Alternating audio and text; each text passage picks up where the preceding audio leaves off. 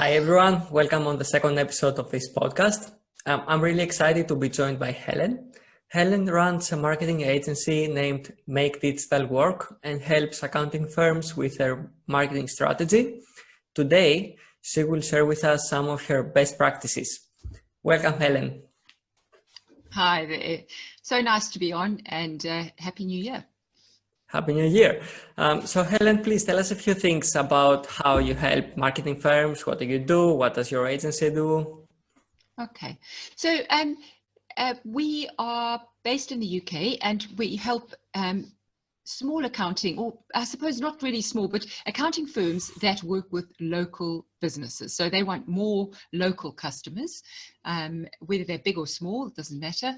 And we help them get more customers using digital marketing. We also help them then convert, so we help them get leads, convert those leads into opportunities and those opportunities into customers. And then on the other side, we also make sure that they make the most of the customers they already have on their books and make sure that those customers are happy and stay with them so they don't lose them, and that they can upsell and cross-sell to those customers. And we do all of this using digital marketing tactics to help them to achieve those results. So we really help them drive revenue with marketing. Okay, so marketing is quite a wide definition. Can you please name drop some tactics or some techniques you're using for this?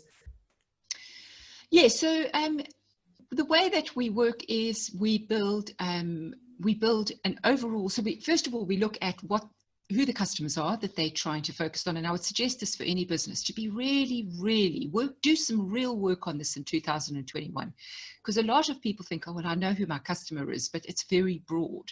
So really hone in on your customer. And I'll give you a link so that people have got a tool that they can use to go and create these customer profiles. And that's really important. So we start there. And then what we do is we run a workshop to see, well, what are they doing right now? You know, what processes do they have in place to get leads into the business? How do they convert those leads, upsell those leads? So we look at everything they're doing right now. And then the thing we try and do is try and focus in on one specific area that they're really having problems with. So often clients come to us and they say, I need more leads. But actually, once we start working with them and we look at their process, what they're doing is getting enough leads, but they're not making the most of those leads. Or they're getting bad leads because they may be focused on the wrong customer.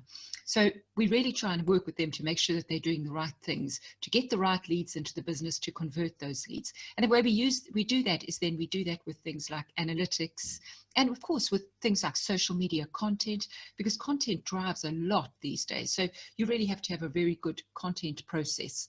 And we try and make that as simple as possible so that people really can see the content is tied to the products they have and then drives sales. So we use both, and the other thing we do is we look at joining the dots up. So we create an overall strategy for the business. So everybody's focused on the same thing, because we often find when we start working with clients is they're a little bit all over the place. They may be using a bit of LinkedIn and maybe using a bit of this and a little bit of email, but nothing is consistently or joined up together. So the same message isn't going across all the channels.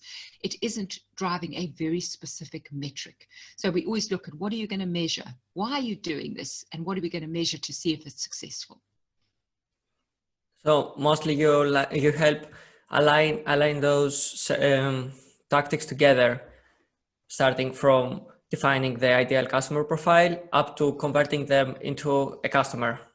Yes. And beyond that as well, then, you know, how do those customers, because I think one of the big reasons, I think it's something like 67% of businesses leave accounting firms because they feel they don't care.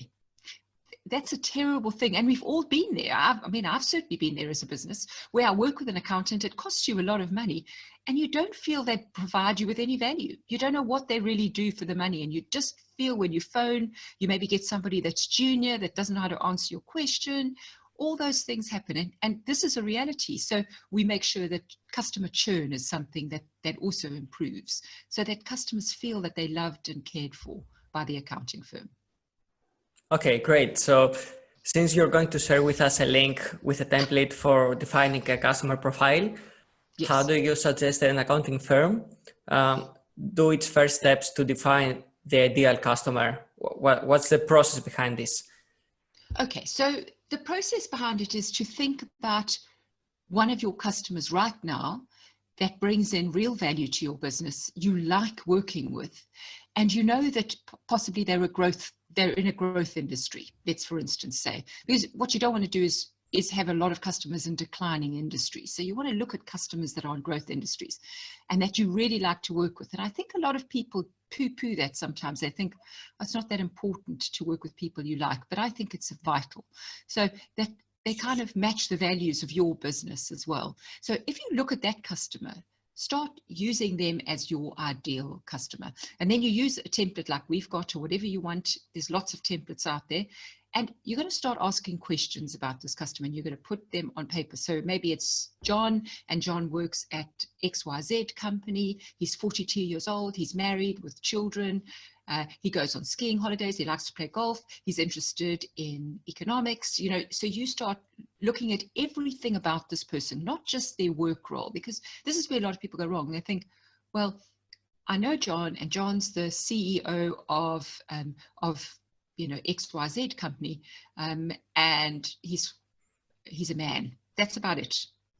So then they start defining their customer base as we want to work with companies like XYZ instead of people like John. So they just think about, I've had it with a lot of people, oh, small businesses. Small businesses are my clients. I always say, well, what's a small business? That's such a big thing to say, a small business. That's why it's better to focus on the people within that business. And the reason I say that is, say you've got two small businesses and one of them is a female-led business of a woman in her 30s with 3 small children. Maybe she's the primary home carer as well as someone who works. Her needs might be very different. She might have one person employed in the business. She's making good money and she's very happy with where she is, but her focus is a lot on the family at this stage. She's really focused on the business, but also part of her life is the children. So she needs some kind of balance. And perhaps then you've got a 55, 60-year-old man who also runs a small business, who's looking for exponential growth because he wants to sell that business in 5 years' time. They're very different customers. They're both small businesses. But if you send the same content to them and you offer them the same products, you're going to lose because they want very different things. So that's why it's so important to focus in on who the customers are, what are their dreams, what are their aspirations, and think about, but the best way to do this is to start with your ideal customer that you deal with right now and how you're going to get more of them, and then break them down using our tool and really get to know who they are, their hopes, dreams, fears, and how you can help them.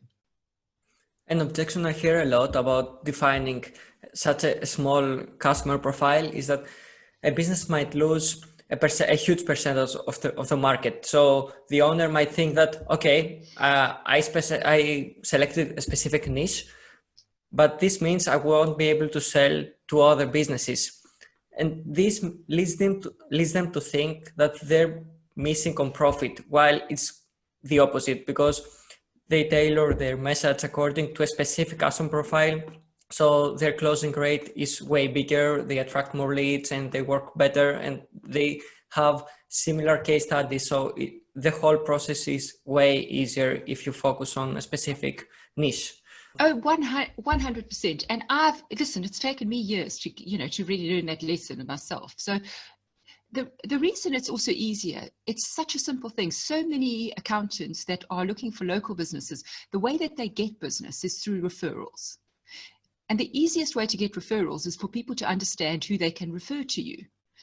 If you're just an accountant, now let's say there's 2 accountants in the room and I'm at that meeting and one accountant says, I'm an accountant and I deal with small businesses.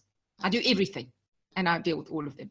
And the other accountant says, we're a small accounting practice and we deal with e-commerce businesses that are growing. That are based here, and they give me a very defined audience.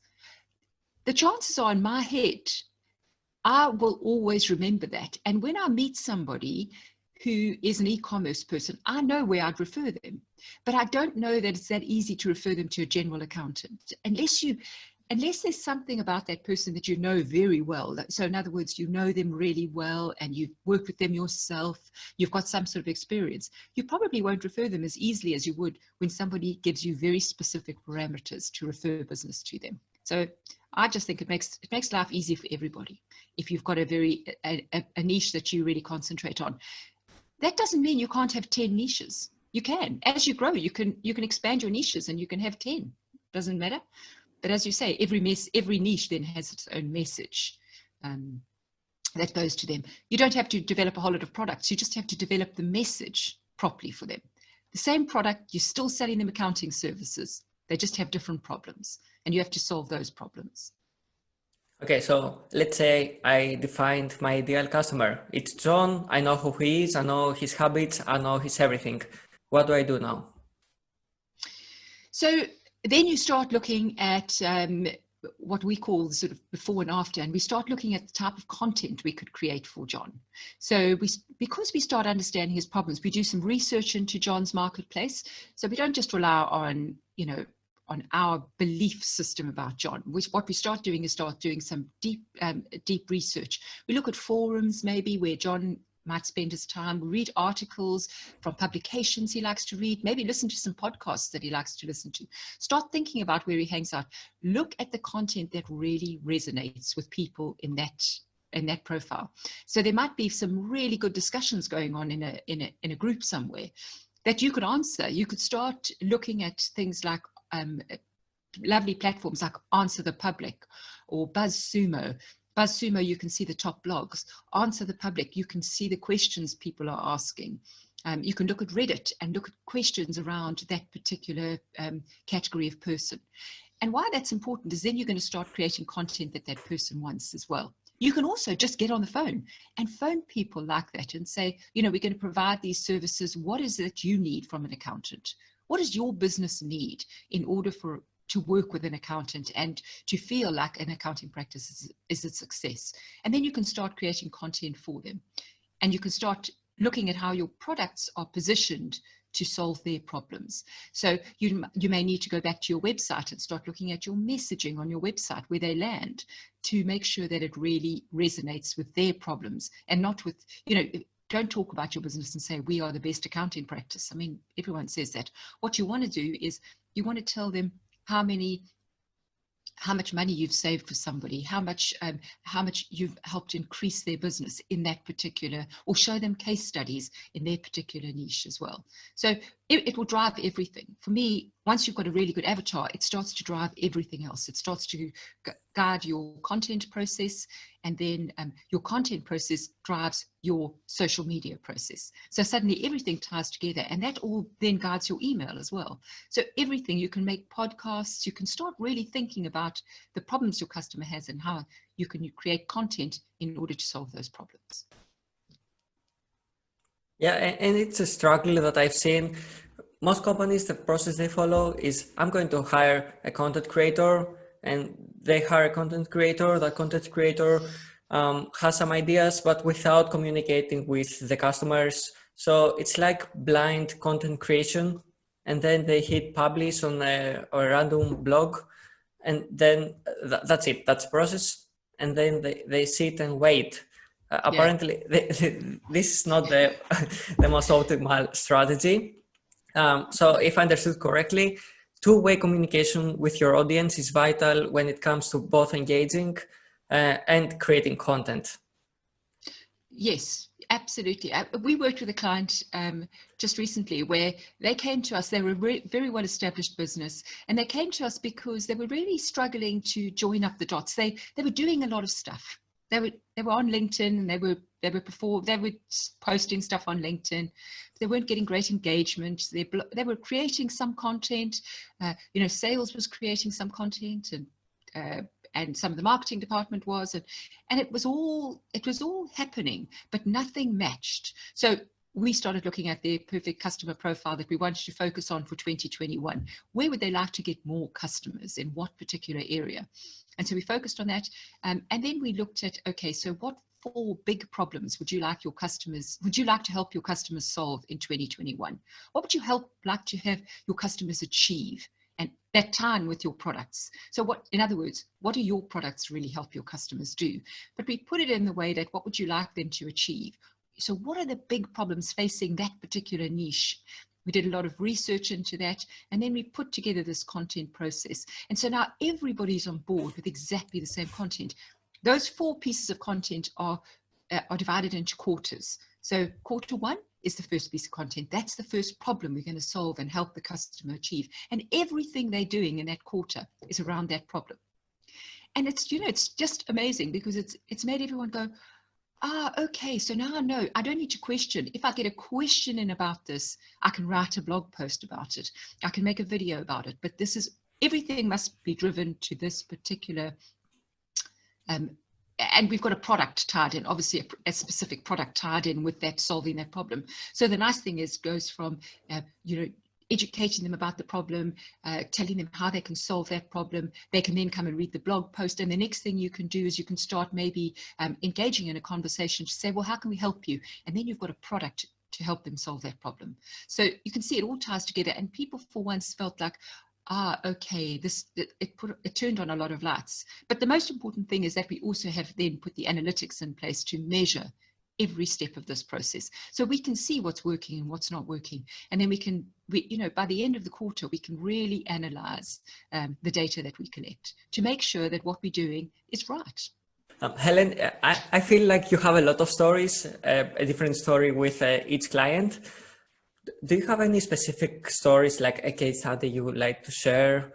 Maybe some results you've managed to achieve, or a specific process you managed to set up? So I thought one of the ones I'd share is an easy one, because it's one of the ones that a lot of clients come to us with. So David is David is a great guy, and he runs Adept Training. And Adept they train CFOs in the future of accounting. So he's an accountant himself, and he trains CFOs.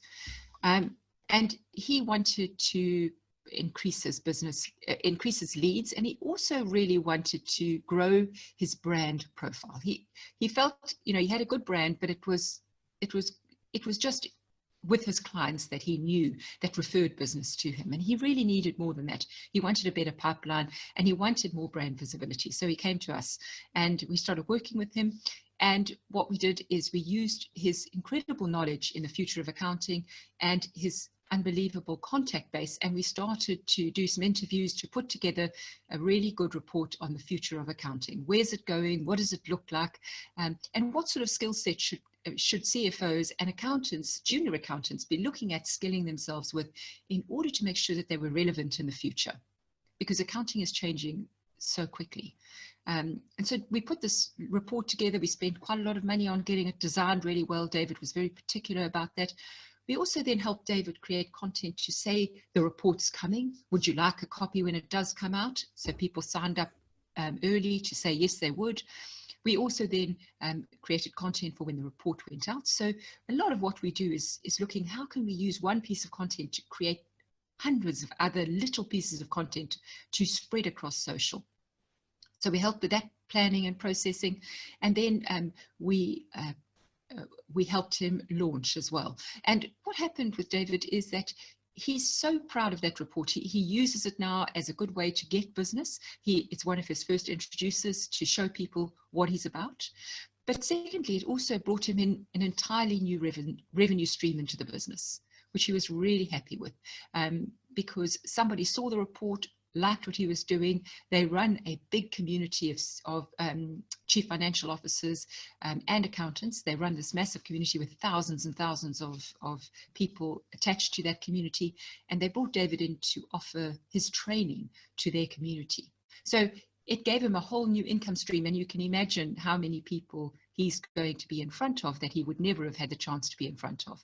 So it's that kind of joint venture partnership that happened as well. And that's often what we do with customers as well, is with our accounting customers, is looking at, well, who's a good introducer of business and how can we get you in front of those customers as well? So I thought that was a good case study because it's very achievable for everybody.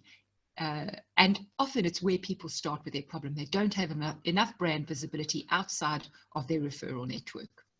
So I wanted to kind of discuss that just to give you an idea of what we can do. So you don't have, you don't need to have like a huge marketing team in place in order to achieve that brand awareness. No, you don't.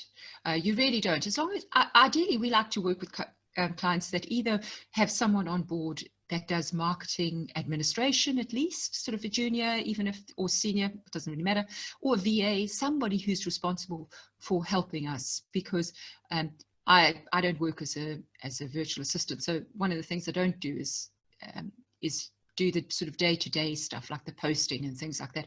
And I know we can use automation, but again, I'm very particular with my clients. I'd rather they'd rather do less and do it better than do more and do it badly. So, you know, get out there and be really good at what you do, and do it with passion and do it with heart.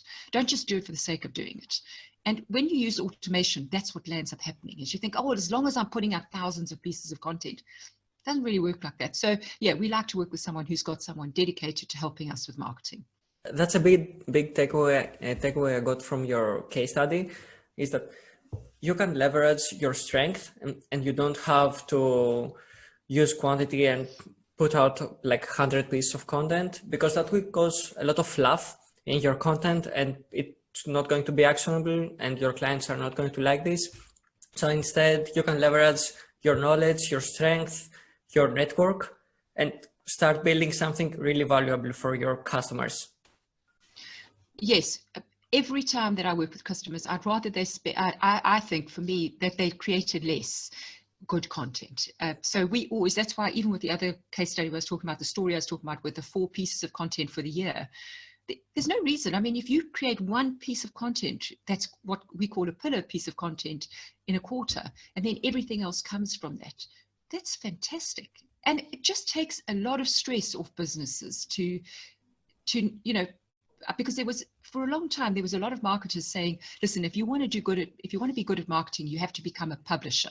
You know, I remember this happening a few years ago. So everybody got so scared and started just creating a whole lot of crappy content, and they put it out there, you know, and it just went out. So not everyone has to be a publisher. I don't agree with that, but they have to publish. And they have to think like a publisher. So if you've got, like the BBC or like any Netflix does or anything, what do? They have a big program, and then they create these snippets and they share them across social, and they say, oh, you should see our program. So the trailers happen. And that's exactly what I agree with you. Create less and create lots of trailers to tell people to go and see your main product. And content marketing is something really cheap. You can jump on, all you have to do is research and use some time to type the content. Yes, exactly. And it's worth it. You know what? It's cheap, but it's worth investing the time. So the time is the big thing. And I know a lot of our clients are time poor. So, and plus they're not that interested in marketing, as in that's not their skill set. They're brilliant at accounting.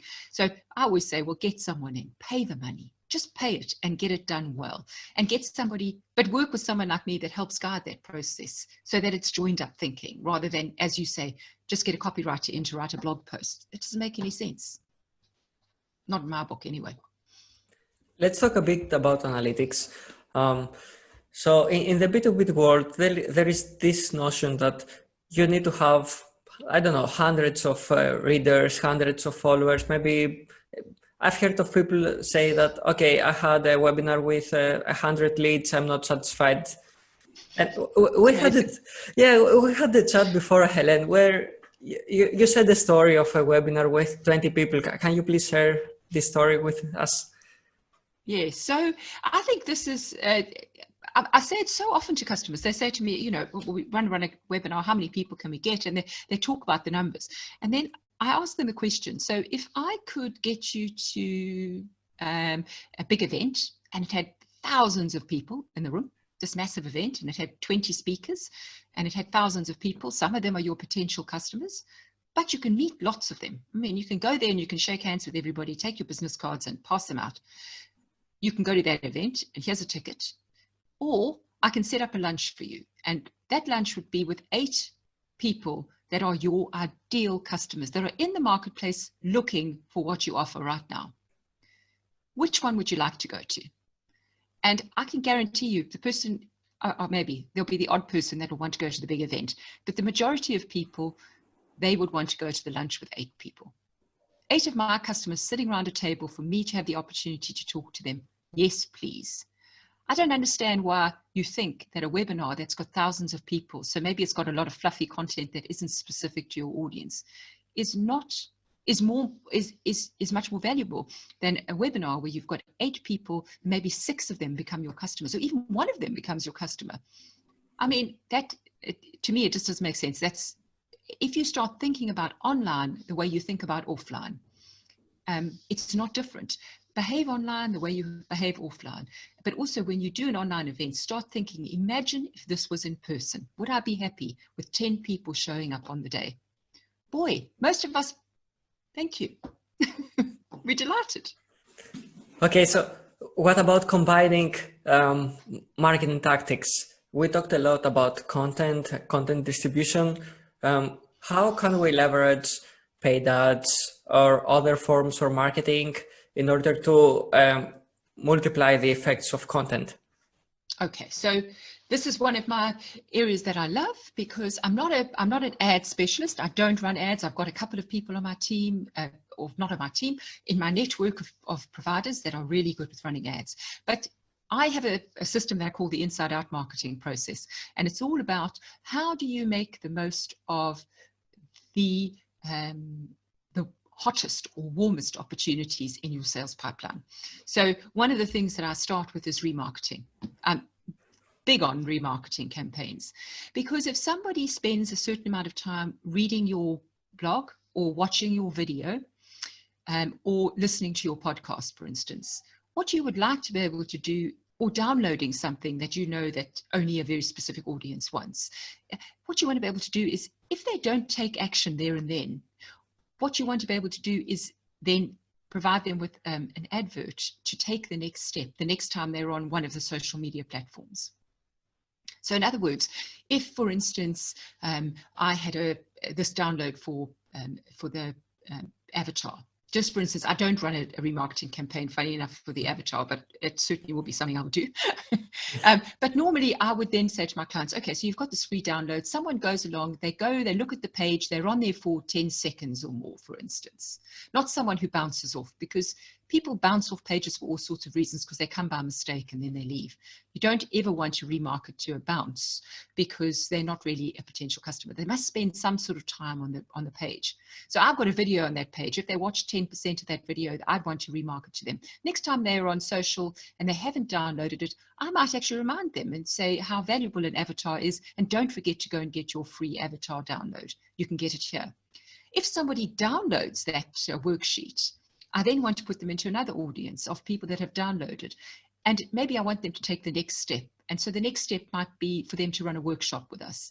So what I'd like to do then is to run retargeting ads to people that downloaded it, to say, hey, would you like to run, obviously it'd be a much better ad than, hey, would you like to do a workshop with us? It wouldn't be like that. It would be giving them a tip or something, and then giving them an offer to run a workshop with us. So remarketing is one of the best ways that you can run ads. You can also, if you spent enough money, you can run ads to your existing customers through Google. You can do this through Facebook, even if you haven't spent that much, but you can do this through Google. And you can run, so in other words, if I sent out an email to my customers, we all know email rates aren't great, open rates. So could you send the email out, and after you've sent the email out, could you run an ad to say, the reason they should open the email? Maybe you should highlight one of the really important facts in the email. Of course, you've got to write good emails first and foremost, but you could actually run an ad to people like that. So that's a really effective way of running ads. The second way that I do it is I say to clients, wait and put that content out. And when something really resonates with your marketplace, so in other words, it gets a lot of comments, it gets a lot of shares, a lot of likes, and also maybe click-throughs. So in other words, through to the main piece of content you've got on your site. Then we put money behind that piece of content. Don't put money behind content before you know it works. So the minute it works, then we start putting that content. So we put some money out there and we advertise that content then to lookalike audiences. And lookalike audiences, of course, are great because you can upload your customer base into places like LinkedIn, and you can do it on Facebook. You can do it on Google, but again, Google's got its own parameters and spend before you can do all this. But you can put it up there and you can create lookalike audiences where you can say, I'd like more people like the people on my list. And I'd like to run ads to them for them to come and download this. So those are the two areas that we really say that are very good for running ads. And then, of course, local, because a lot of our clients are doing local they're doing local acquisition. So they want their clients to come from a local area. Local advertising is very powerful from a Google Ads point of view, because you can run ads for things like your accountant in Bristol or accountant in London. Obviously, there's some places that are going to be definitely much more difficult, but that's where niching really helps. Because imagine now you're an accountant who deals with businesses that are e-commerce businesses. You can suddenly put e-commerce accountant London. And that long tail, that long tail search is going to be less costly for you as a business to run those ads. So those are the ways that we really look at running ads for our customers. I'd like to reinforce a point you made, that when running ads, you have to promote content, like exchange value. There are a lot of steps to have between having a meeting with your client from starting an ad. So you have to make the client jump through a bit of some hoops, like download my ebook, go check my post, etc. So you have to create this presence around the client, make them feel that you're everywhere. And after they got a good grasp of what do you do and what's your messaging and how do you help, then it's time to go for the offer. That's right. And and I think it's something like 16 touches now before a client will even think about doing business with you. So that's quite a lot of touches. It used to be 7 in the days gone by. Now it's got to 16. And I think it's because of the way that we are, I suppose the way we've got so many things to distract us. It used to be less. So, and then the second thing is that I think 70% of the sale process is done before someone even picks up the phone to your business. So all the research is done before they phone you. And so when people tell me that it doesn't matter about whether they're online and whether they're creating good stuff and good content and being found in searches, I'm telling you, it absolutely matters. And they don't only go to your website now. They do look on social, and they want to see that you're active on social. It's quite interesting. That's changed, because I've been in this game for a very long time. I mean, I was in this game long before Facebook ever existed, long before Google existed.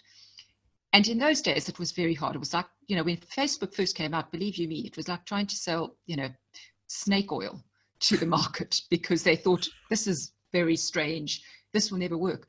But now it's not like that. Everybody gets social is very important. So everyone goes to social to see what's happening with the brand that they want to do business with.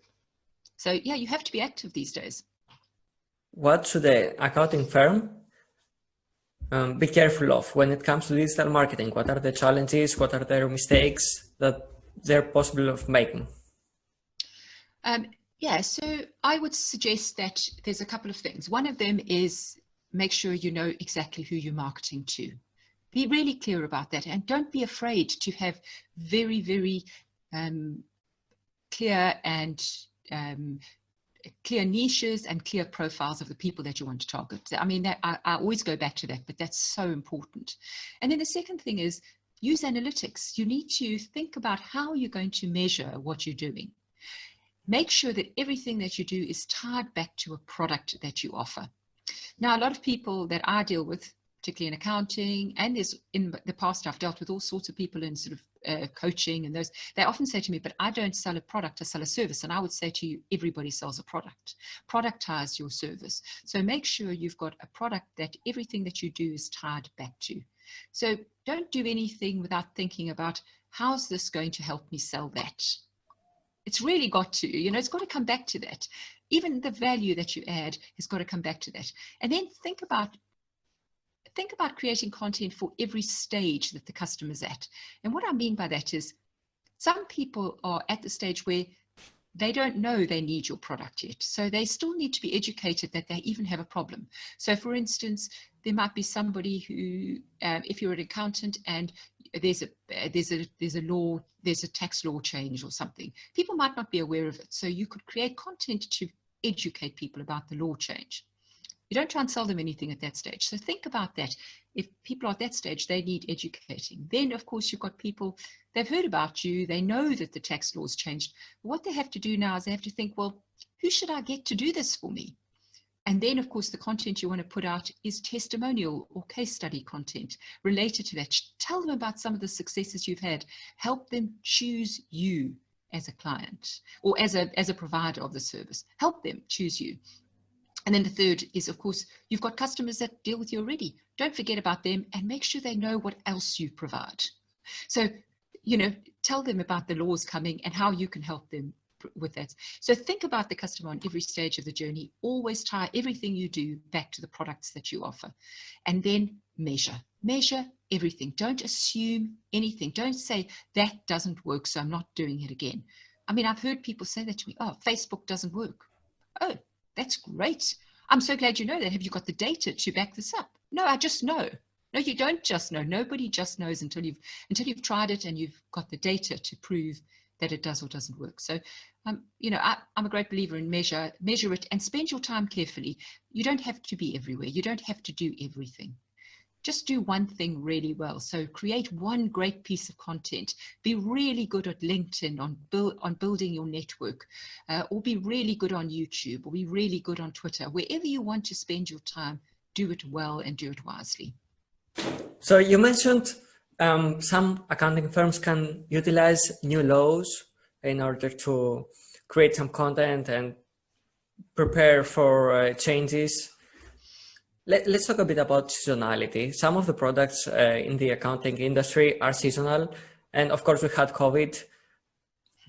How did you face all that? How do you advise accounting firms to adjust on seasonality? And how, of course, do you advise them to face COVID?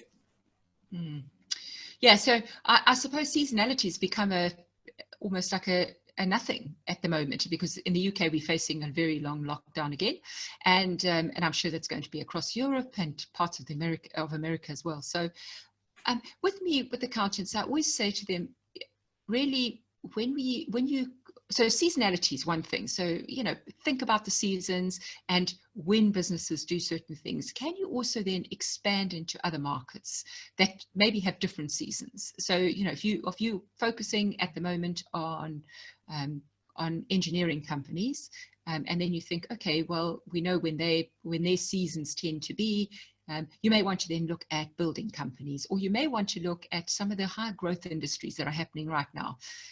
Especially with COVID, there's a lot of industries that aren't going to be a good place to spend your time. We all know the hospitality industry is really, struggling at the moment. So look at industries that aren't struggling. Look at, for instance, start doing some real thinking about what are the growth industries now and what are they going to be as well in the next year. So think about home working. What are some of the consequences of home working? Are there businesses then around home working that you should be looking at? So, office furniture companies that are focused on homework, DIY companies, they've grown a lot because people are doing home improvements because they're stuck in their homes. So they're doing home improvements. So, should you be focusing on them? And then most importantly, so that's thinking about your marketplace. Where else can you sell? Who else is growing? And how can we then run campaigns in order to drive business with that particular sector? And then the second thing you should be thinking about is where are people's hearts at the moment?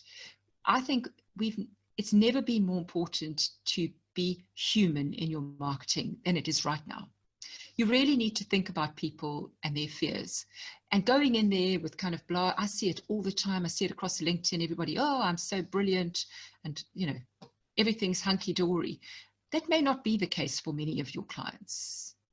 So really think about where they are right now, what their fears are about the future, and start using the same tone of voice that they use in their content and their discussions. Start thinking about, how you can match their tone so that they know that you understand what they feel at the moment as well. And I think that's really important when it comes to things like COVID. And even with seasonality, let's be honest, I mean, people, tend to focus on different things in different seasons. In Christmas, it's family. How can you make sure your content thinks about that, the family time that's coming up, and makes your messaging appropriate for that season? I think we're reaching the end of our time for today's recording. Is there anything else you would like to add or something you would like to mention? And marketing it's a fantastic tool, but you've really got to tie it in with your overall business goals. So whenever I work with customers, the first thing we do is we say, well, what's broken? Let's look at your process. What's broken? Let's fix it first. So, a lot of people see marketing, when we first start working with clients, a lot of them say to us, oh, I thought marketing was a bit more fluffy than you make out. But it's not. It's very much part of your business process. It can tie in with your business, and it can help you bring in some really good money into the business and often increase the value of the customer over their lifetime in your business as well. So when you're thinking about marketing, just don't think about it as something that's done over here. Oh, that's marketing over there. Put somebody in a room and let them send out a few brochures. Really think about marketing as something that's part and parcel of your business and how it can be used to increase the growth within the business. I think if you start thinking like that, you'll see marketing in a different light, and then the value of what marketing does starts to grow within the business, and track it so that you know what the ROI is. I think I always just really want to reiterate that with people. So Helen, I hope you don't mind if I share your LinkedIn profile in the description so people can reach out to you and ask questions. Yes, please do. I'll send you over that link as well so that you can pop that in to people that want it. Yeah, that's great. Okay, that's it for today. Thanks everyone for listening. Thanks a million. Bye. Bye.